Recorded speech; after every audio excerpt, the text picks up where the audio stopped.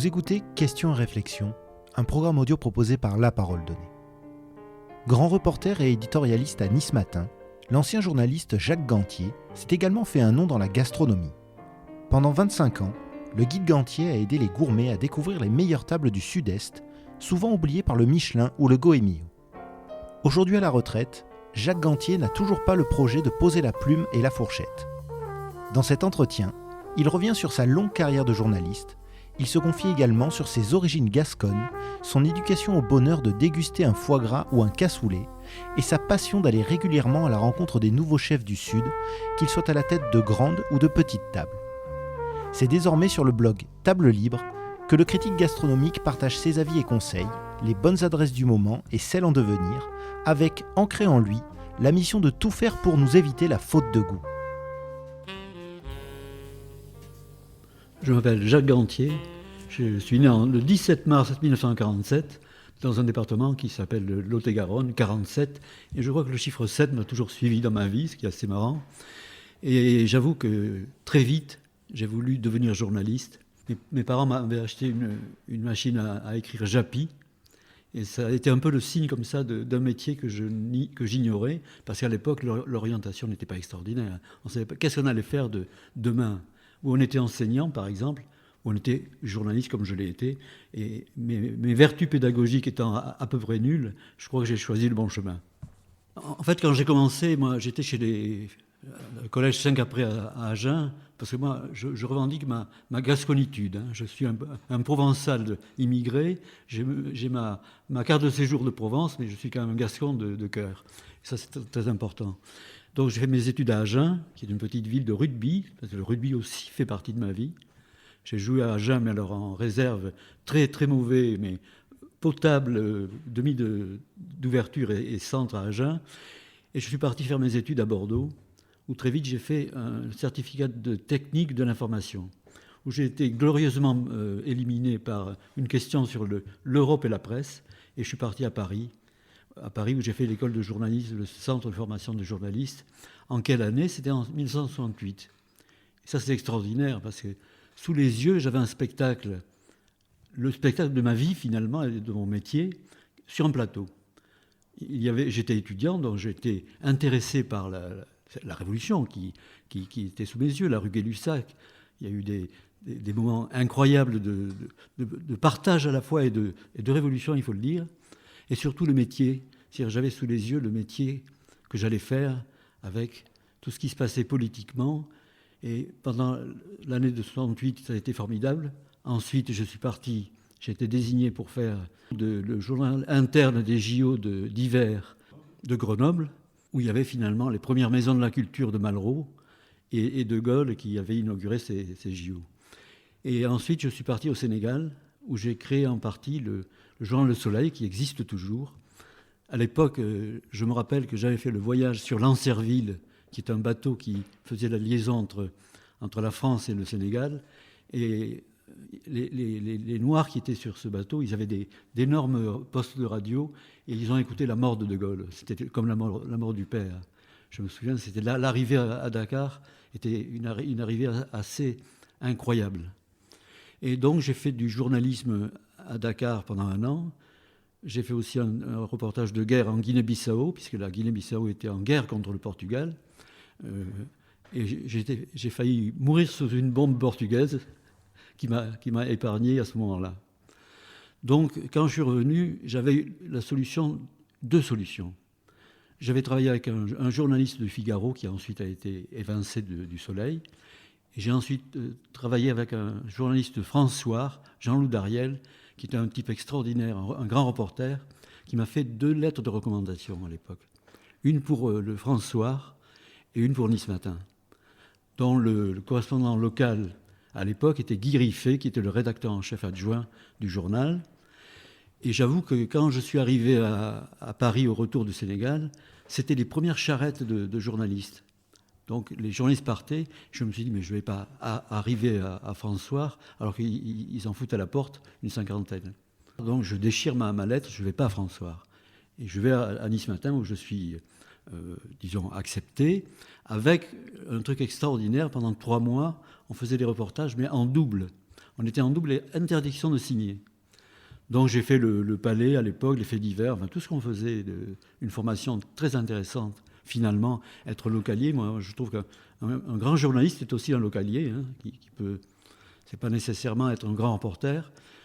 Et assez vite, donc j'ai été intégré à la rédaction, d'abord à Hyères, la locale de Hyères, la locale de Saint-Tropez, un peu de soleil, mais j'ai demandé quand même à retourner au siège pour faire mon métier d'une autre manière.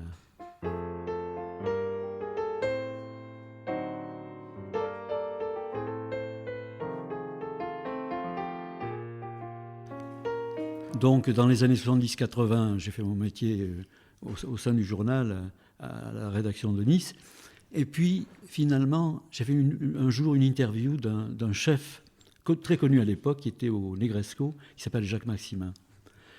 Et je me suis dit, mais la première interview que j'ai faite dans ce domaine-là, je me suis dit, il faut absolument qu'on fasse un guide un jour sur les restaurants, mais un guide régional. Il n'existait pas de guide régional sur la Côte d'Azur. Et j'ai fait un guide qui allait de la Provence jusqu'à l'Italie. Il n'était pas question pour moi de laisser, j'allais dire, le champ aux guides nationaux comme Gomillot, comme le Bottin Gourmand et comme le Michelin. Et j'ai fait mon petit Michelin à moi dans mon coin, qui finalement n'a pas si mal marché puisqu'il a duré 25 ans. Et je crois que l'idée de commencer une partie de cette carrière au sein du journal sur la gastronomie, c'est la rencontre de Maximin, c'est vrai. Et puis finalement, je crois que j'ai retrouvé à un moment donné les recettes de grand-mère, la manière dont j'avais commencé ma vie dans le sud-ouest, où il n'y avait pas toujours des restaurants extraordinaires, mais où il y avait des auberges populaires, proches des gens, et finalement des très bons produits, ce qui est un peu plus difficile aujourd'hui d'ailleurs. Et voilà, j'ai commencé cette deuxième partie. Les gens croient que je n'ai fait que de la gastronomie parfois, parce qu'ensuite, voilà, j'ai fait tout à fait autre chose dans le journal.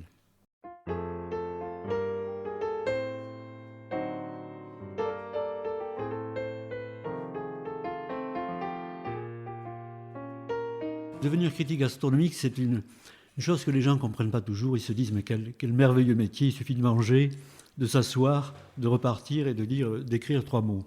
Ben, finalement, c'est possible. Il y en a qui le font très bien, d'ailleurs, comme ça. Mais moi, ça ne m'intéressait pas. Et je trouve que j'ai créé la page littéraire aussi à Nice Matin. Entre littérature et gastronomie, je crois que le lien est total. Dans les années 70-80, il y avait à la une du Figaro 2 éditos. Il y avait le bloc-notes de François Mauriac et il y avait la chronique de James de Coquet, qui est un écrivain remarquable et qui était le critique gastronomique du Figaro. Et je me suis dit, mais là, le lien est total entre la littérature et la gastronomie. Et c'est toujours un peu ce que j'ai voulu faire, c'est-à-dire écrire d'une manière journalistique, pas parler d'autre chose parfois, pas nécessairement de ce que je mangeais, mais donner envie d'aller au restaurant. Donner envie, ça veut dire aussi faire rêver les gens et les faire imaginer et pas seulement consommer. L'idée de mon guide, elle est venue finalement 10 ans à peu près après la première chronique que j'avais écrite. Jacques Maximin travaillait avec les frères Audat, qui étaient des paysans de la vallée du Var, mais la vallée du Var près de Nice, qui faisaient des courgettes fleurs. Il les faisait au kilo.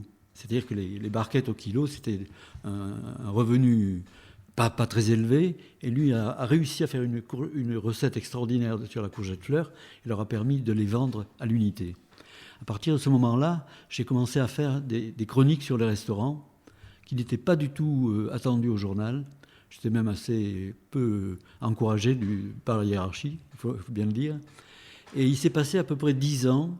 Au bout de 10 ans, je suis arrivé quand même à faire un capital d'adresses que j'ai fait entre le Var et les Alpes-Maritimes.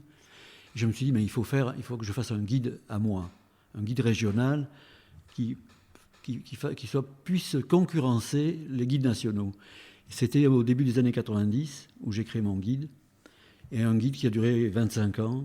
Finalement, ce n'est pas une mauvaise carrière, je pense que je suis assez connu dans le milieu, mais au bout de 25 ans, je me suis dit, mais il n'y a plus d'avenir pour les guides écrits, les guides papier, et j'ai arrêté en 2016. Et en 2016, j'avais quitté ensuite le journal Nice Matin, et j'ai été rappelé par Denis Caro, qui est le directeur des rédactions de Nice Matin, qui m'a dit mais on va faire un magazine où on peut trouver la gastronomie et une rubrique, non pas quotidienne, mais hebdomadaire, où on parlera de cuisine, de plaisir, de partage, de restauration, de proximité. Et je lui suis tout à fait reconnaissant de m'avoir appelé pour prolonger un peu la carrière. Et ça m'a permis également d'ouvrir mon blog qui s'intitule Table Libre. Et je continue toujours à courir les restaurants entre la proche Italie, c'est-à-dire la Ligurie et le Piémont, et la Provence, entre Marseille, disons, mais la base, c'est surtout le Var et les Alpes-Maritimes.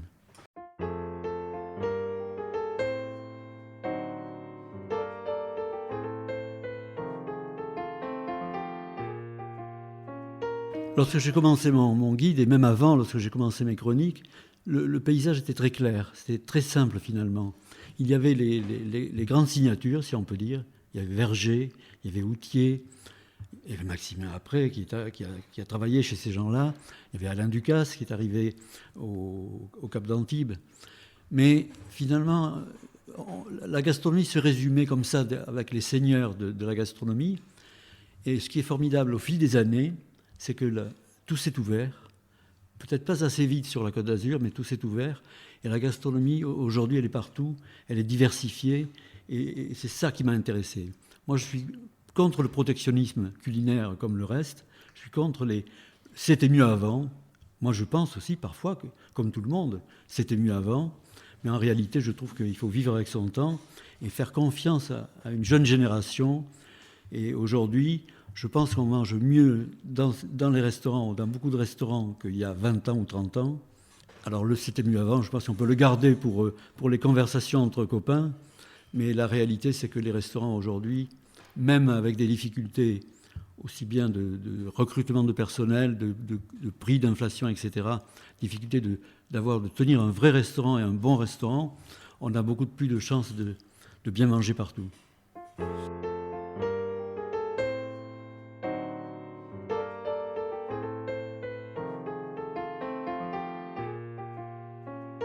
Autrefois, les grandes signatures comme Bocuse, comme Guérard, qui vient d'avoir 90 ans, qui est, je pense, le dernier actuellement de la grande génération.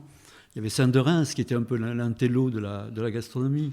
Il y avait Loiseau, qui était l'inquiet, qui a évidemment mal terminé, malheureusement. Il y avait comme ça des repères, et on se disait que c'était inatteignable d'une part, ce qui est toujours le cas aujourd'hui pour les grandes tables, mais que c'était finalement une cuisine qui était coupée du monde, du reste du monde. La société est allée très vite et aujourd'hui va très vite dans les changements. Et je dois dire que je n'ai pas le souvenir d'une cassure véritable et d'une rupture. Peut-être au début des années 2000, il y a un changement. On s'est aperçu qu'il y avait la grande cuisine française, mais que partout dans le monde, non seulement elle était admirée, mais elle était pas copiée, mais je veux dire interprétée de manière formidable au Japon, aux États-Unis, dans les pays du Nord, en Espagne aujourd'hui, où il y a des adresses formidables. Et je me suis dit, mais cette cuisine, finalement, c'est comme la littérature, c'est l'ouverture sur le monde. C'est toujours ça qui m'a fait marcher, qui m'a fait écrire aussi sur la cuisine, et pour trouver des restaurants. Donc l'évolution, elle n'a pas été rapide, mais je pense que depuis les années 2000 aujourd'hui, donc 10-15 ans à peu près, 10-15-20 ans, il y a un changement à la fois dans la perception de la gastronomie et, heureusement ou malheureusement, dans la manière dont la gastronomie est véhiculée. Ça, c'est quelque chose qui m'inquiète un peu, qui m'inquiète ou que je regarde de manière distanciée un peu.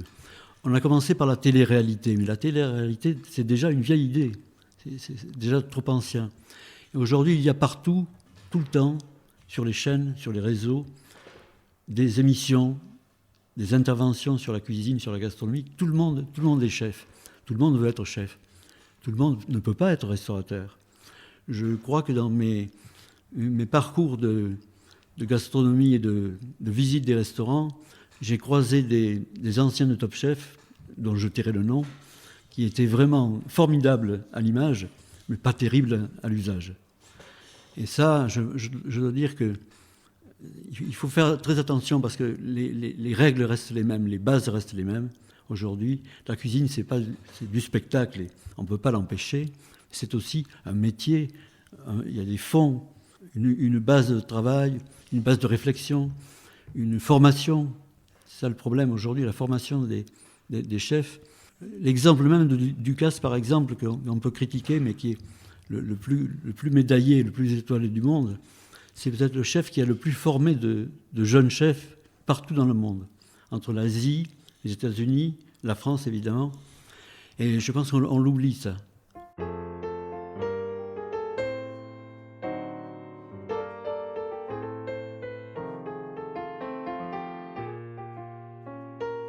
Alors les jeunes chefs d'aujourd'hui, bon, ils vont très vite, ils ont une capacité extraordinaire à comprendre, ils auront les problèmes que tout le monde a eu pour s'installer, pour durer, mais je pense que c'est aussi une qualité. Mais finalement, les jeunes chefs d'aujourd'hui, c'est comme dans la chanson ou dans la musique. Autrefois, il y avait des tournées des chanteurs. On voyait passer Aznavour, Eddie Mitchell, tous ceux qui ont fait disons, des grandes carrières, des longues carrières, ça c'est terminé. Aujourd'hui, c'est l'urgence, le remplacement. Ça, c'est aussi une question qu'on doit se poser. Les jeunes chefs d'aujourd'hui ne seront peut-être pas les meilleurs de demain. Il en sortira 3 ou 4, pas plus. Les autres, on va les voir ou disparaître ou s'installer quelque part de manière anonyme. Mais c'est plus compliqué aujourd'hui d'exister et de peupler le paysage culinaire français qu'autrefois. J'allais dire que les années d'insouciance, les années de facilité et de plaisir aussi, je crois que c'est un peu effacé ça. On n'a pas la même tranquillité d'esprit qu'on avait il y a 20 ou 30 ans, donc c'est plus dur et ceux qui sortent sont les plus forts.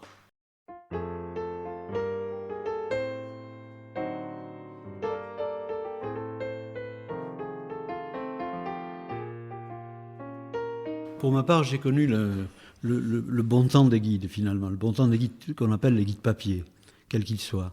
Finalement, j'aime pas trop le mot guide, d'ailleurs, ça fait un peu guide suprême, juge de paix, etc. Mais c'est aussi un plaisir, parce que je veux dire, ce métier-là, si on le continue, si on le fait durer, on s'aperçoit qu'on est écouté, qu'on est lu, et qu'on a une certaine influence. Une influence qui, finalement, est parfois contestée. Que fait le guide? Pourquoi lui? Aujourd'hui, il n'y a pas du tout... Alors, avant de parler même du passage du papier à l'informatique, je veux dire qu'aujourd'hui, il y a la contestation de tout pouvoir. Donc, les guides, aujourd'hui, beaucoup ont disparu, beaucoup sont amoindris, ils n'ont plus la même influence. Je me suis dit, lorsque j'ai commencé mon guide, il fallait absolument que je sois sur ce marché-là et sur ce secteur-là. Aujourd'hui, depuis donc 2016, j'ai dit, je ne veux pas rester là. Un guide papier, c'est terminé. Et tout va changer avec l'informatique. Et il est vrai que tout a changé avec l'informatique. Le métier de journaliste a changé et va changer de manière terrible dans les années qui viennent. Tous critique gastronomique, ça n'existe pas. C'est un plaisir peut-être, tout le monde peut juger un plat et conseiller, mais la réalité c'est que ça reste un métier, si on le fait correctement, avec non pas son objectivité, sa subjectivité. Donc voilà la difficulté, mais l'informatique actuellement avec les réseaux jusqu'à TikTok, etc., va changer à la fois la perception du client, ce qui a déjà bien engagé, et la perception du professionnel. Donc comment répondre à ça? Je ne sais pas, parce que moi je suis un vieux journaliste du papier qui a connu l'informatique. Je pense que le blog est intéressant aussi parce qu'on peut encore écrire. Ça qui m'intéresse, c'est d'écrire. On peut avoir un style qu'on peut contester ou autre. Et je pense que c'est encore ce précaré qui me fait avancer. Mais je me dis, demain, qui seront les journalistes de la gastronomie? Je ne sais pas. Est-ce que c'est les influenceurs? Ça, c'est un mot que je n'aime pas. Je ne sais pas si j'ai eu une influence, mais les influenceurs ne m'intéressent pas. Aujourd'hui, n'importe qui peut écrire sur un restaurant, et en commençant le bonheur des papilles. Je m'interdis d'écrire ce mot papille, parce que finalement, c'est une sorte de facilité. Je pense qu'il faut aller chercher le plaisir du restaurant, qui vous accueille, avec quel plaisir, quelles sont les facilités de recette, ou au contraire la recherche et le style. Je pense que c'est pour ça que je fais toujours le lien entre la littérature et la gastronomie.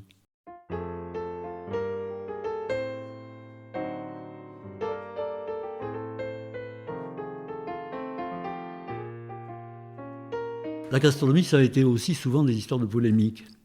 Il y a eu la polémique, elle est aujourd'hui un petit peu terminée, de la cuisine moléculaire. La cuisine moléculaire, elle était illustrée par exemple en Espagne, ou plutôt en Catalogne, par Ferran Adrià à El Bulli, et en Angleterre par Blumenthal. Et moi, j'avoue que j'ai fait 2-3 repas chez El Bulli, chez Ferran Adrià à El Bulli, dans un lieu extraordinaire qui était un bord de plage où on accédait par une route, on se serait cru en Irlande, perdu dans une sorte de lande incroyable. Et on arrivait à la Cala Monroy, qui était la base de Ferran Adrià. Et j'avoue que pour la première fois, j'ai goûté une vingtaine de plats. Alors une vingtaine de plats, ce n'est pas des plats avec du sanglier, des gros morceaux, etc. Il n'y avait pas tellement de la mâche. Mais en réalité, voilà le génie. Le génie, ce n'était pas la cuisine moléculaire. C'est le génie de faire des recettes parfois traditionnelles à sa manière ultra légère. Par exemple, j'ai le souvenir d'un plat qui était le pato de peras, en espagnol, ça veut dire le canard aux poires. Il y avait le goût du canard, le goût de la poire, il n'y avait pas la mâche, il n'y avait pas le canard, il n'y avait pas la poire. Alors cette recherche-là, ensuite, elle a été un petit peu bannie, elle a été rejetée, on a dit qu'on a été malade chez lui, ce qui est faux, entièrement faux, mais c'est un génie de la cuisine. Et je trouve que la gastronomie comme ça, c'est ça aussi qui m'a donné envie d'écrire sur des personnages, sur des lieux, sur des techniques, et sur des cuisines, finalement, c'est comme un roman. Il y a les romans d'aventure, il y a les romans intimistes, les romans d'amour, et je pense qu'on retrouve la même chose à certaines tables.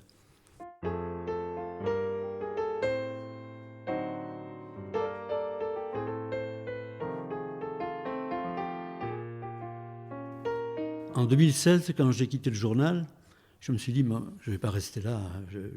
Mon retraite, on parle de la retraite aujourd'hui. Il y a le grand sujet sur à quel âge doit-on prendre la retraite, 62, 63, 64, 60. Moi, j'ai jugé que je vais avoir bientôt 77. Je pense que je n'ai pas encore l'âge de la retraite.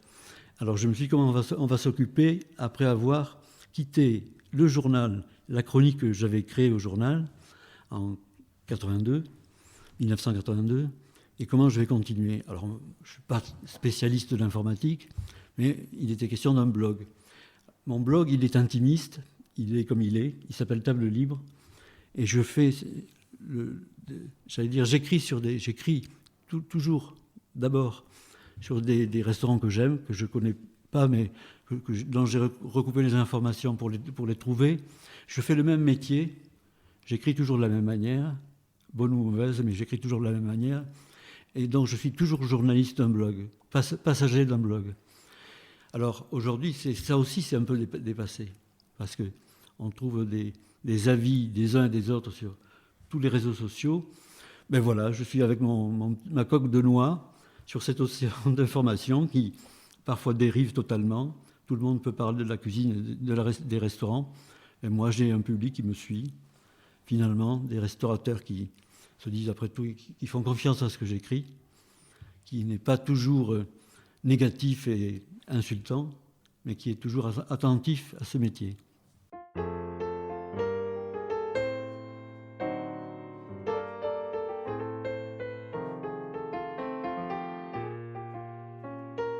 La cuisine, c'est l'évolution même. La cuisine regarde le monde et le monde regarde la cuisine. Il y a une chose extraordinaire, c'est que finalement, les fondamentaux, comme on dit en rugby, j'aime bien aussi qu'on retrouve les fondamentaux, on les retrouve en cuisine. Lorsque vous prenez l'exemple de l'un des grands 3 étoiles actuels, qui s'appelle Arnaud Donquel. Arnaud Donquel à Saint-Tropez, Arnaud Donquel à Paris. C'est un génie saucier. Donc c'est un génie, peut-être pas le mot génie, mais un très talentueux chef actuel, peut-être celui qui est le plus en lien avec les producteurs d'ailleurs, qui les connaît très bien. Il a commencé à Saint-Tropez, et c'est un saucier remarquable. Finalement, des gens comme ça, ils ont un style, ils ont une recherche, mais ils n'oublient jamais les fondamentaux. Donc la cuisine, comment doit-elle évoluer? Et comment il est normal qu'elle évolue? C'est qu'elle évolue entre les fondamentaux et la recherche. La surprise, le style, la recherche. Moi, je suis assez peu favorable à tout ce qui fige, tout ce qui momifie un peu la cuisine. Par exemple, les chartes, les surtout la charte de la bouillabaisse, la charte de la cuisine niçoise, etc. Moi, ça ne m'intéresse pas. J'adore la cuisine niçoise, j'en connais les limites, j'en connais les plaisirs. Mais ce qui m'intéresse, c'est qu'on ne reste pas là. On ne reste pas toujours au même spectacle, à la même vue. On bouge. Et ça c'est le monde d'aujourd'hui. J'allais dire l'ouverture et la mobilité, c'est aujourd'hui. Alors c'était mieux avant. Toujours la même question, toujours la même réponse. Oui et non. Oui, j'ai des souvenirs de cuisine, de rencontres qui étaient extraordinaires. Mais non, je ne vais pas en rester là, parce que demain, je suis sûr que je trouverai le chef qui marquera sa génération à lui. Ce sera plus difficile pour lui, parce qu'il y a tellement de jeux, de mouvements, de réseaux qui vont le déstabiliser, mais il y a toujours les bons qui travaillent, qui connaissent les fondamentaux, qui les bouleversent, qui les contestent. C'est ça qui est intéressant.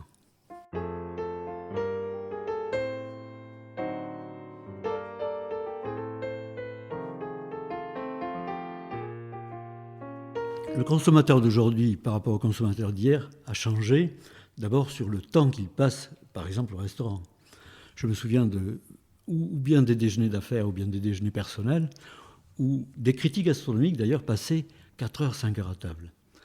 J'ai passé parfois 4 heures ou 5 heures à table, avec plaisir et avec difficulté. Mais aujourd'hui c'est impossible, et tant mieux. On mange plus léger, on mange plus sain, plus bio, quoique c'est assez contestable parfois. Et j'avoue que ce temps aujourd'hui de la libération et du temps limité qu'on peut trouver dans un restaurant, c'est quand même mieux qu'avant. Où autrefois, il y avait finalement une sorte de momification du repas. La cuisine d'avant, traditionnelle, si on peut dire, donc, était vraiment une cuisine de richesse, de partage, mais pas une cuisine de santé.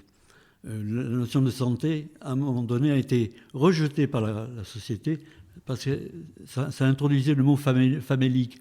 Les végétariens, c'était vraiment des gens tristes, pâles, au teint d'endive. Mais ce n'est pas du tout ça. Aujourd'hui, manger plus léger, manger pour la santé personnelle, c'est aussi manger pour une terre différente. La difficulté aujourd'hui et le grand danger sur le climat, mais on le retrouve aussi dans la cuisine, dans la restauration. Et les souvenirs de plats et de restaurants interminables et de temps interminables, je crois que ça, il faut vraiment l'oublier, le garder dans un coin de la mémoire pour le plaisir personnel, mais se dire que les jeunes d'aujourd'hui, ils sont passés à autre chose, mais ils auront des plaisirs, disons, plus limités dans le temps. Et c'est parfait.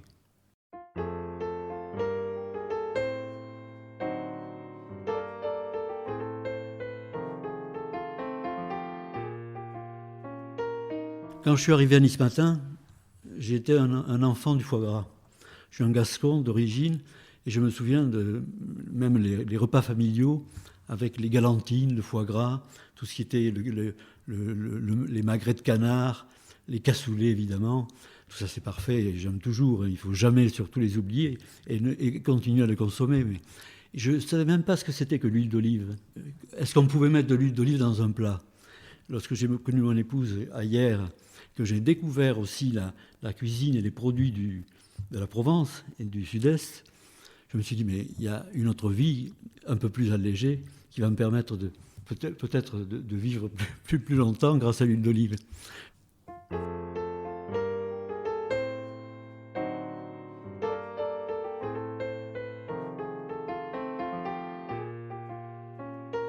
Pendant très longtemps, je crois que la Côte d'Azur a été en retard. La Provence a été en retard sur le plan de la recherche gastronomique. Finalement, il y a la cuisine de pauvres, qui était notamment la cuisine niçoise, avec beaucoup de vertus, mais un peu limitées, mais qui a des fondamentaux formidables. Lorsque Ducasse a commencé sa grande carrière à Monaco, après l'avoir commencé à Juan-les-Pins, il était aussi avec un collaborateur qui a été son second pendant très longtemps, qui s'appelle Cerruti. Et Franck Cerruti, qui est niçois, lui a apporté à la fois ce côté richesse de la cuisine de pauvres et richesse de la cuisine italienne. Il a fait découvrir, mais je pense que Ducasse l'avait déjà compris, avant que la cuisine italienne, la cuisine niçoise aussi avait des vertus formidables. Et il avait aussi l'enseignement de Roger Verger, qui a fait la cuisine du soleil. La cuisine du soleil de Verger, la cuisine de Maximin après, la cuisine de Bruno Cirino La Turbie, ça ce sont des chefs du produit. Et la première fois que j'ai vu sur une carte de Ducasse Louis XV le stockfish, pas le stockfish des grands-mères, parce que le stockfish des grands-mères aurait été un peu lourd. Et il avait fait une adaptation du stockfish, et c'était le fait d'apporter une cuisine de pauvres au palace. Ça, c'était une révolution. Aujourd'hui, ça paraît tout à fait normal, on n'y pense pas. Et disons que actuellement, dans les 3 étoiles, il ne faut pas oublier une chose, c'est qu'actuellement, il y a 4 3 étoiles dans le sud-est. Mauro Colagreco à Menton, Ducasse à Monaco, Arnaud Donquel à Juan-les-Pins, Dimitri Drouaneau à Cassis, et puis à Marseille, Paseda, Gérald Paseda. Ça, c'est une richesse.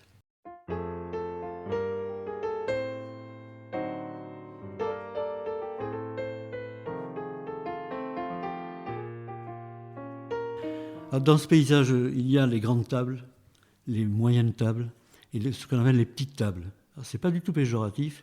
Et j'avoue qu'au fil de mes chroniques, et finalement peut-être plus le temps passe, je m'intéresse autant, non pas sinon plus, mais autant aux petites tables qu'aux grandes. Par exemple, vous allez à Esparon de Palière, dans le pays du Verdon, mais c'est Esparon de Palière, Varois. Un restaurant qui s'appelle le Bistrot École. C'est le bistrot qui est dans l'ancienne école communale. Il n'y a plus l'école, mais il y a le bistrot. Je peux vous dire que c'est une cuisine formidable. Vous avez un jeune chef qui s'est installé à Saint-Cyr-les-Lecs sur le port. En général, je suis assez négatif sur les cuisines de port. Il y a la plaisance et la cuisine, c'est tout à fait différent. On mange tout à fait quelconque souvent sur les ports, mais on est là aussi pour passer du bon temps. Et il y a un petit resto que j'aime bien qui s'appelle Espacio, avec Espacio, je crois qu'il y a un slash au milieu, qui est sur le port de Saint-Cyr-les-Lecs, un peu à l'écart, c'est très bien qu'il soit à l'écart, et là vous allez très bien manger. Et puis vous avez par exemple les étiquettes au cœur de Lioul, un petit restaurant comme ça qui est tout à fait, qui ne fait pas de mine, avec une terrasse et une petite salle voûtée. Voilà, ça ce sont des restaurants que j'aime bien suivre. Alors, qui parle de petites tables, ce n'est pas toujours les Parisiens. J'allais dire que mon blog, comme je l'ai fait moi avec mon guide à l'époque, ma foi, je pense que je suis celui qui était le plus proche. C'est normal, c'est pas une gloire. Hein. C'est normal d'être le plus proche du tissu restaurateur de la région. Et le blog, c'est le blog des gens d'ici.